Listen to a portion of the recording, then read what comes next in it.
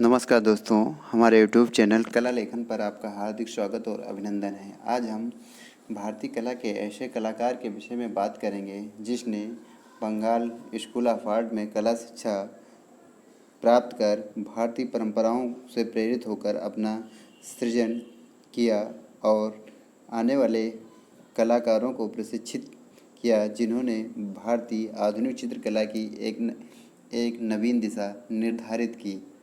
जी हाँ, आज हम असित कुमार हल्दर के विषय में बात करेंगे। असित कुमार हल्दर का जन्म 10 सितंबर 1990 को हुआ था।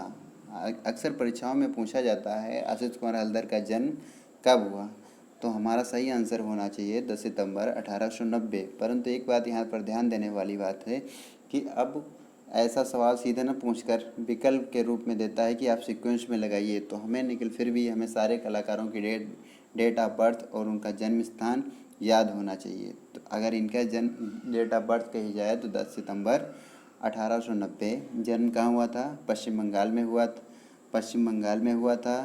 शिक्षा कहाँ पाई थी? Government college art of craft Kolkata में। गुरु कौन थे? अवनीनाथ ठाकुर। ये चीज़ें परीक्षा के दृष्टि से हमें याद रखनी चाहिए।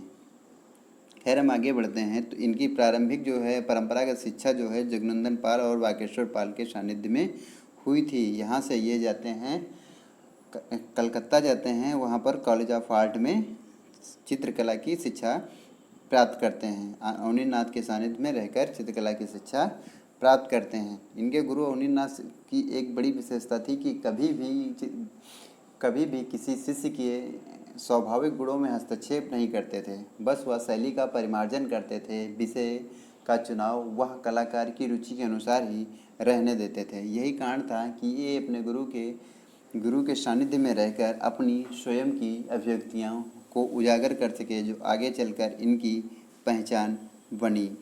इन्होंने रविन्द्रनाथ टैगोर शिक्षा पूर्ण करने के पश्चात रविन्द्रनाथ टैगोर के आग्रह पर 1911 ईस्वी में कला भवन शांति निकेतन में अध्यापन के लिए चले गए थे। इसके साथ साथ 1923 में इन्होंने जयपुर में गए और 1925 से 1945 तक ये लखनऊ कॉलेज ऑफ आर्ट के प्राचार्य के पद पर कार्य किया और एक कार्य करने वाले प्रथम भारतीय प्राचार्य भी बने असित कुमार हल्दर। और इन्होंने शिल्प की शिक्षा, विशेष तौर पर वास्तुशिल्प की शिक्षा इन्होंने लियोनार्ड जेनिसन से प्राप्त की थी और इनकी मृत्यु लगातार कार्य करते हुए इनकी मृत्यु 13 फरवरी 1964 को हुई थी। तो यहाँ पे हमें कुछ महत्वपूर्ण क्वेश्चनों को याद रखना है। इनका जन्म कब हुआ था? 1890। शिक्षा कहाँ मिली थी? कलकत्ता स्कूल से। इनके गुरु कौन थे? अवनीनाथ। इन्होंने कहाँ अध्यापन किया? तो अगर सीक्वेंस में पूछे तो हमें कला भवन बताना चाहिए, जयपुर बताना चाहिए, फिर लखनऊ। और लखनऊ में ये प्रथम भारतीय प्रधानाचार्य बने थे। इनका स्वर्गवास कब हुआ? 1964 ईस्वी में। आगे बढ़ते हैं, इनकी शैली के विषय में हम अब बात करेंगे।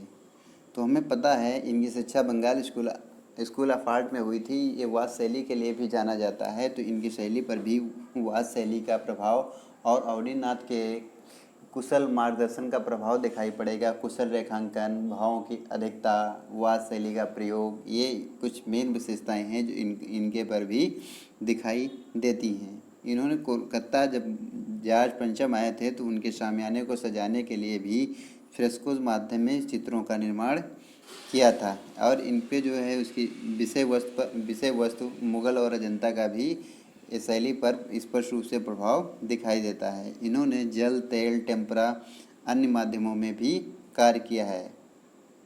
इन्होंने लास्टिक टेक्निक एक अपनाई थी जो लाख मिश्रित बनाई जाती है। ये जो है इनकी ईजाद की गई स्वयं की टेक्निक थी।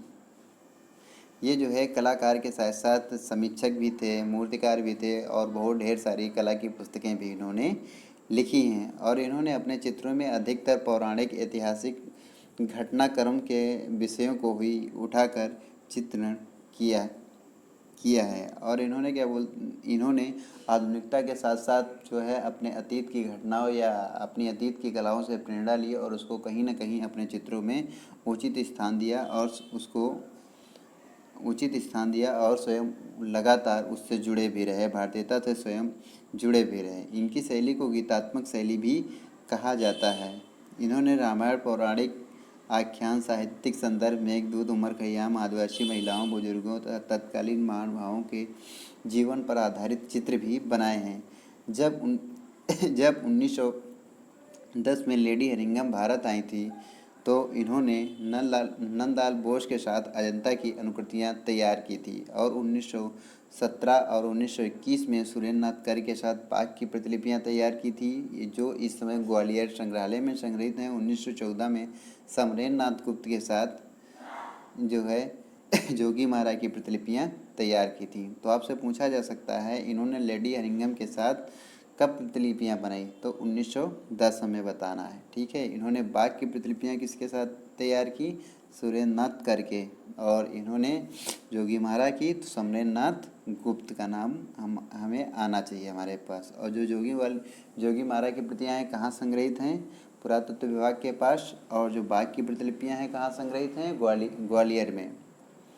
इनके कुछ प्रमुख चित्र हैं, अकबर का बुढ़ापा, चौराहे पर चौराहे चौराहे पर चौराहे पर अनजाना सफ़र, बारिश के दिन, झरना और प्रकृति, द स्पीड ऑफ स्ट्रॉम, प्रकृति की आत्मा, रोजी रोटी, स्विंग एंड सॉन्ग, प्यार में धोखा, माँ, जुलूस, study of the black princess, कुलाण कुलाण